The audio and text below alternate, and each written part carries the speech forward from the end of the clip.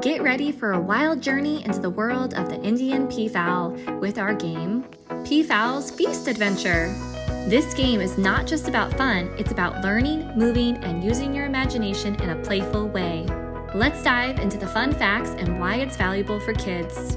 Did you know that Indian peafowls have a unique diet? They love feasting on grains, seeds, fruits, and even insects. So in our game, when we call out a food type, the kids must perform a corresponding gross motor action to eat that food. It's a feast for the senses and a workout for the body.